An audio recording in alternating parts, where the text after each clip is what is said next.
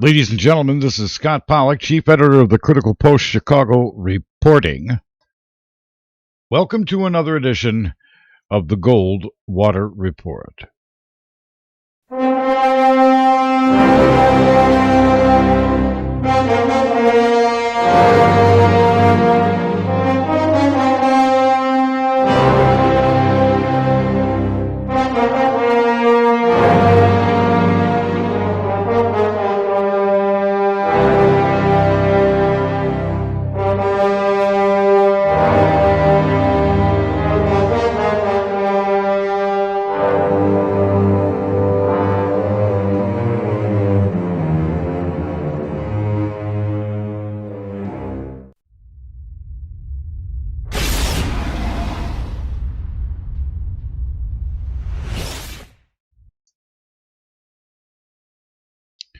Again, thanks for tuning us in, ladies and gentlemen. We appreciate it. Folks, we'd like to welcome our new subscribers to our YouTube broadcast channel. We appreciate your attendance. For those of you who are frequent visitors, again, please remember to go to the head page of the Critical Post and click on an ad every now and then so we can get a regular check from Google. That's all for the commercial. There's a hard news broadcast in the editing booth following this report, which will cite items of prime importance and interest that we have noticed in the news threads since our last broadcast. Again, folks, if any particular item isn't in our broadcast submissions, you can be sure it's not worth something remembering or to be concerned about. Ladies and gentlemen, for the past 3 weeks since our last broadcast, nothing has really changed that much in terms of our current conditions. The constant stream of nihilism from the propaganda journalism channels, major media corporate conglomerate, and fear pornography alternative media combined have done nothing to inform the public as to anything momentous contributing to their current conditions.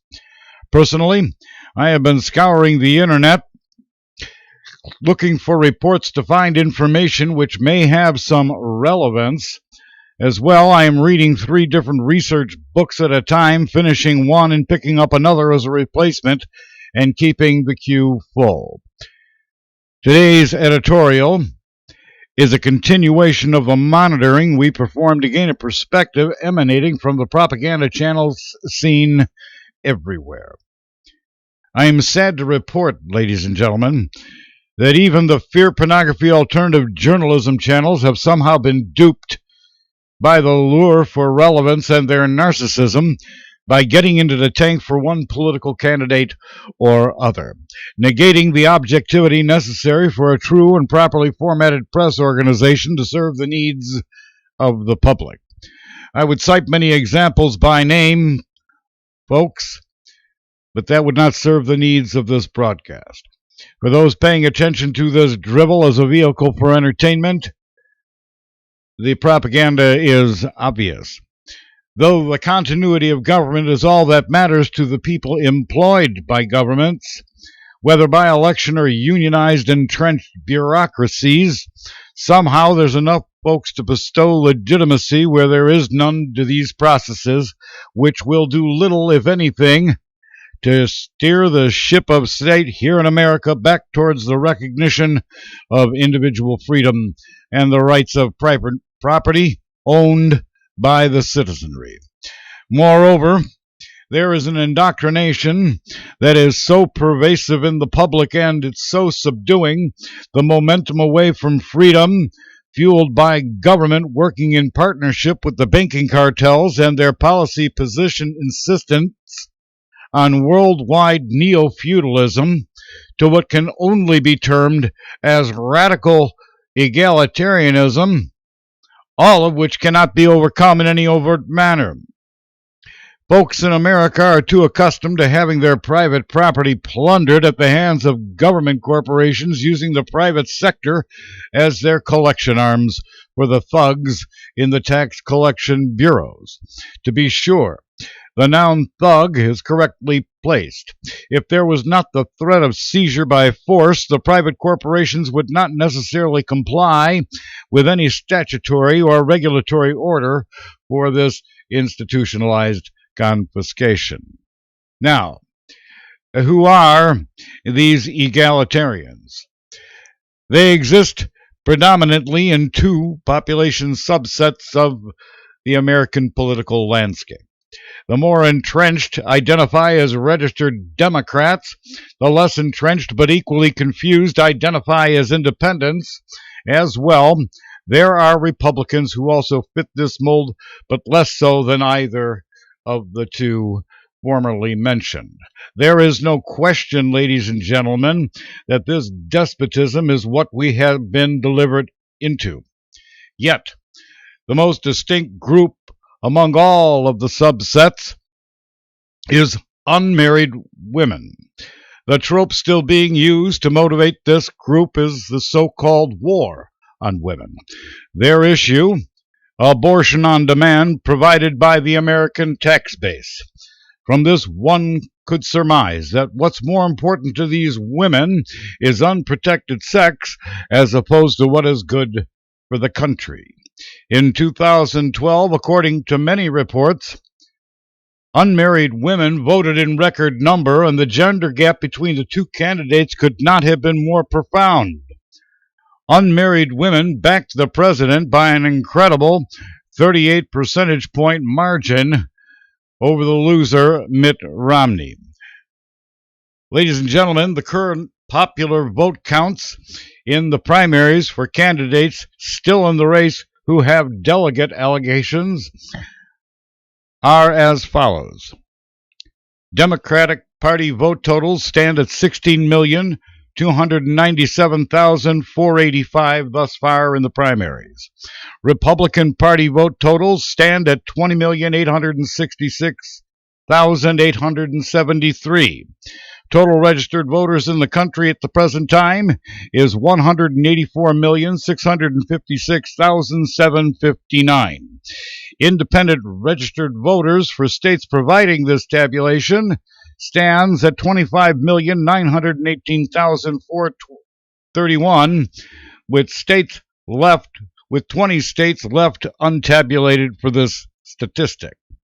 But if we take the numbers for the 30 states supplying the tabulation, average that number, and then apply it to the next 20 without the tabulation, we can extrapolate the following number as being 17,278,000 roughly for those 20 states, bringing a total possible independent vote of 43,197,385.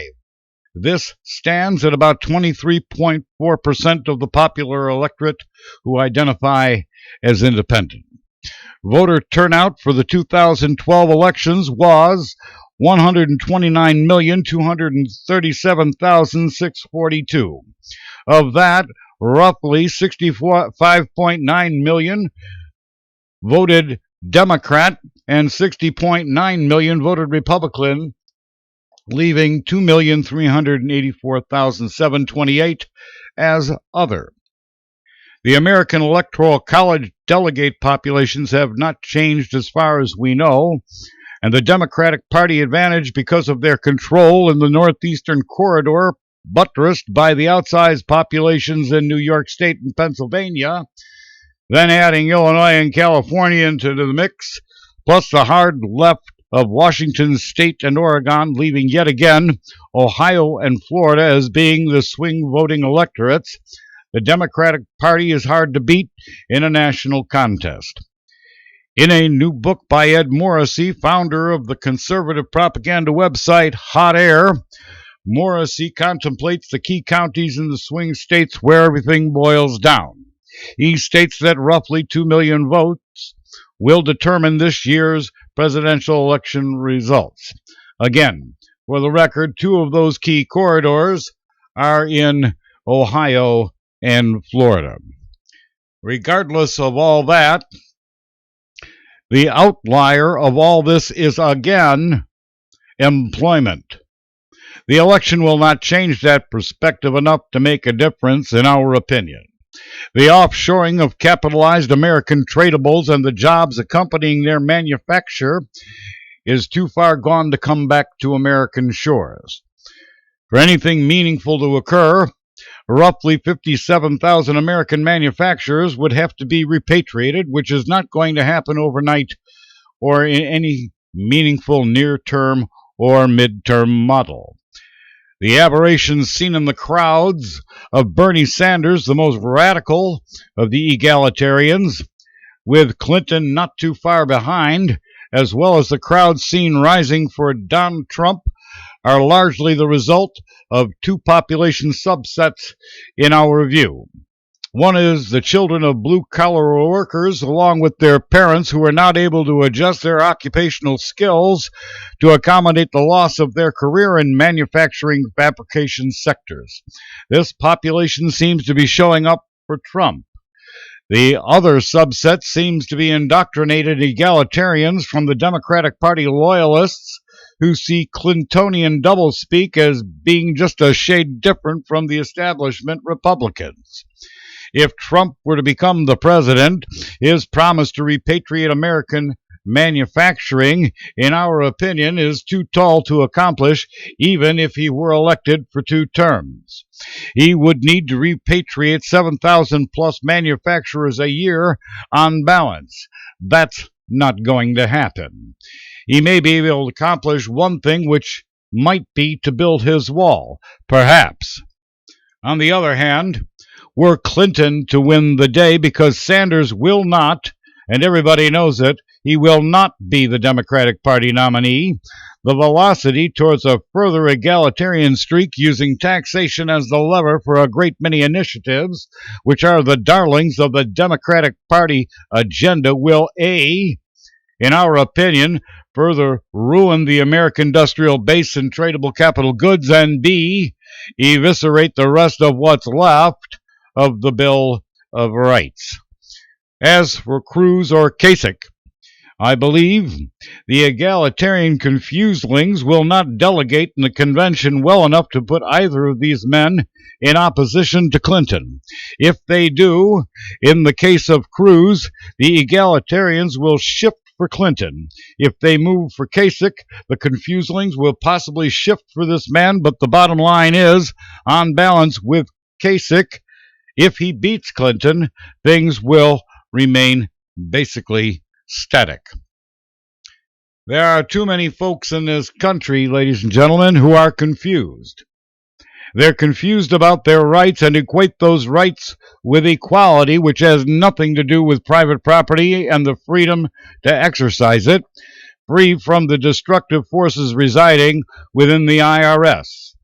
To be sure, ladies and gentlemen, equality, long the cry of the socialists from the European theater, is a fantasy, except for when the application of laws in place are put before a competent bench in matters of injustice, performing the maxim of equal application and treatment before the law, regardless of race or creed, before the court's engines. The legislation of equality has put the public at odds with their intuitive natures in many cases, and though it is continually pushed by the engines of the liberal elite in both parties, it remains a highly contested action of government, which many in the public see as an affront to the exercise of their personal and private preferences. Now, as for the economy, here's part of the lie. The United States is the world's 3rd largest exporter.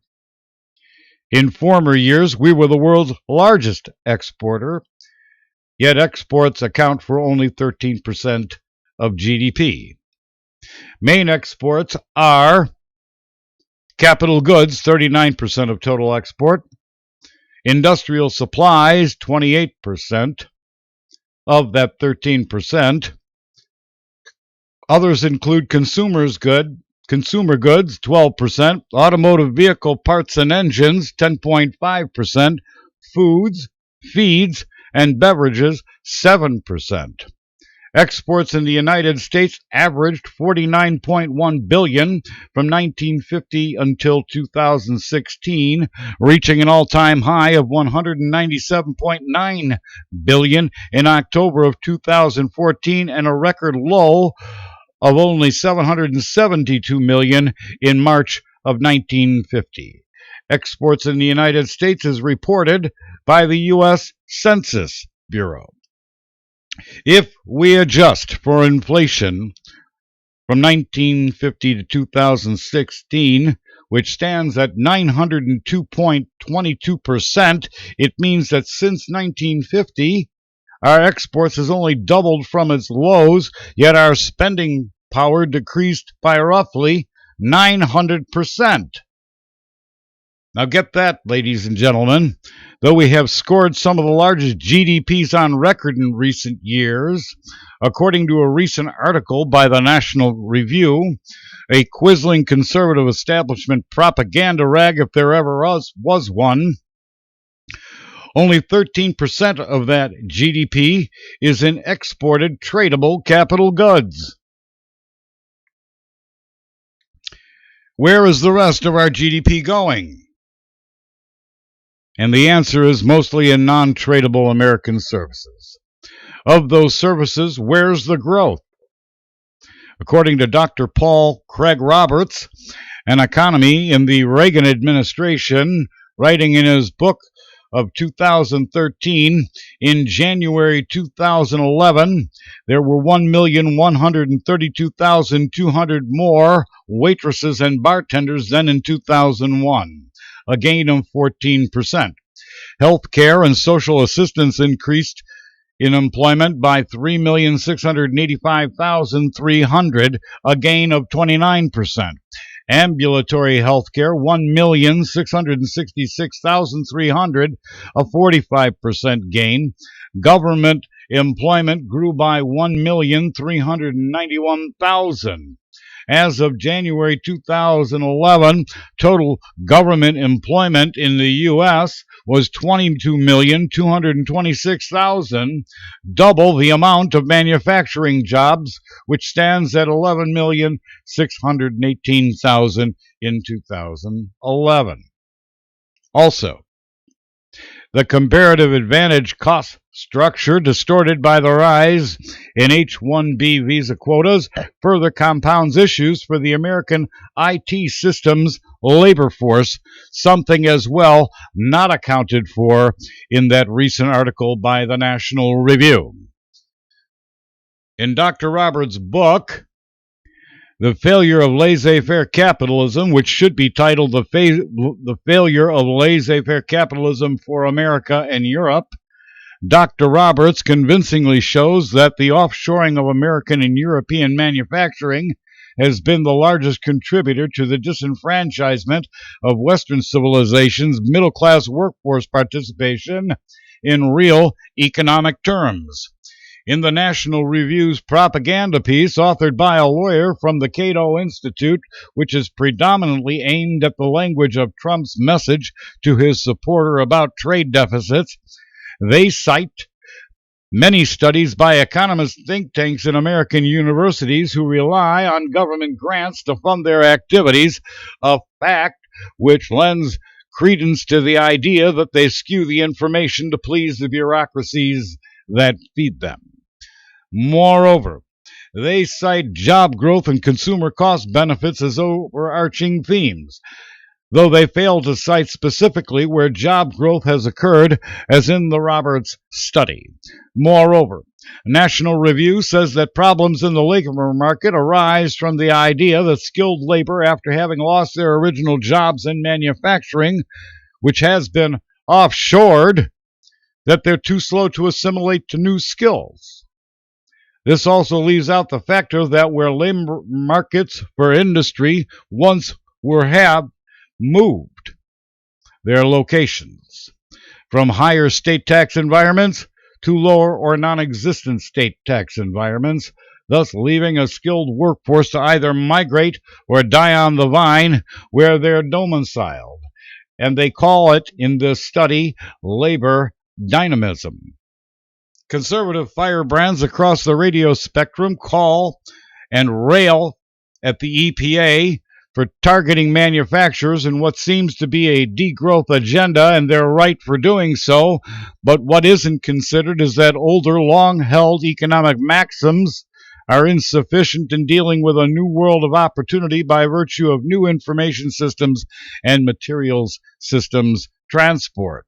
However, the new class of opinion by another set of economists insists that not considering the cost of environmental factors regarding the extraction of raw materials from lands wherein they occur, yet again compounds the cost effects of productions at some future date.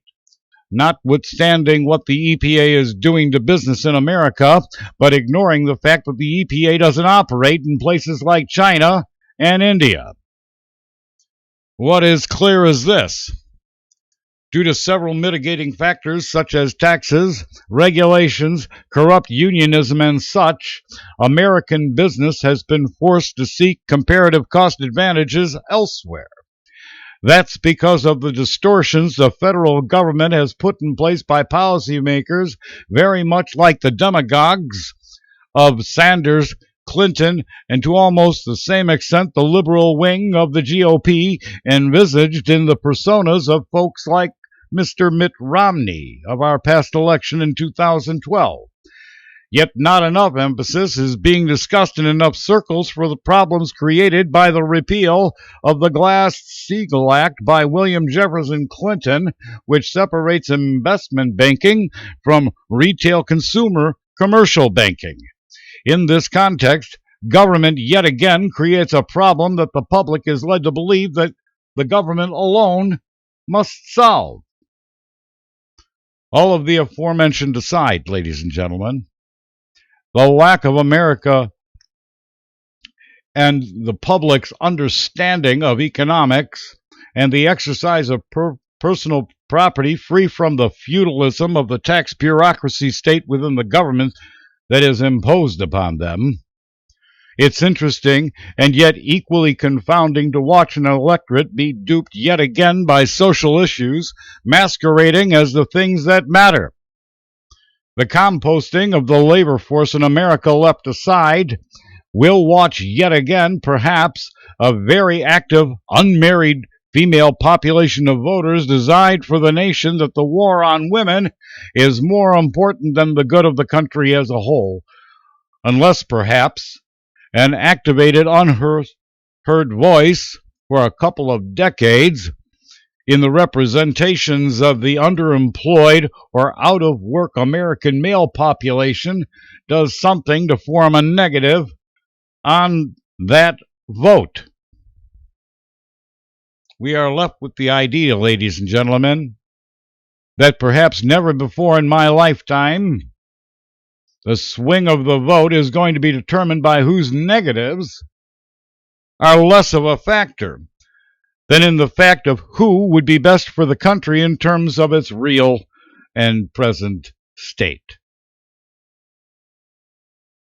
It is the opinion of this anchor desk, ladies and gentlemen, that the good of the nation should be driven by economic policy that best supports business conditions for this population to become employed, thereby relieving the angst of the general population at large for lack of economic upward mobility and welfare, than be driven by a radical egalitarian mindset and social issues which do nothing to set the engines of regulated capitalism to work in restoring this nation's promise. One can't damn the businesses who supply our comforts and subject them to economic distortions supplied by the taxing estate of governments, but at the same time scream for jobs which supply the means to attain those comforts. Equality is not the means by which the state of capitalism works its engines, ladies and gentlemen. It's the exercise of freedom, private property, and the exercise of competition that has always generated the best of American spirit and has made this country, by some folks' accounts, the envy of the world. Let the social issues be dealt with in the private sector where they belong, amongst the engines of the people, and let the government by demagoguery be cast into the dustbin of history. It is unfortunate But the psychology of the American people are distracted by the destructive disinformation of a malevolent journalism press corps which does nothing to inform and seeks to divide for their masters in the Democrat and GOP party machines. Again, this is Scott Pollock, chief editor of the Critical Post Chicago, reporting. Stay tuned for our next report coming up. Thanks again for watching another Goldwater report. That is all.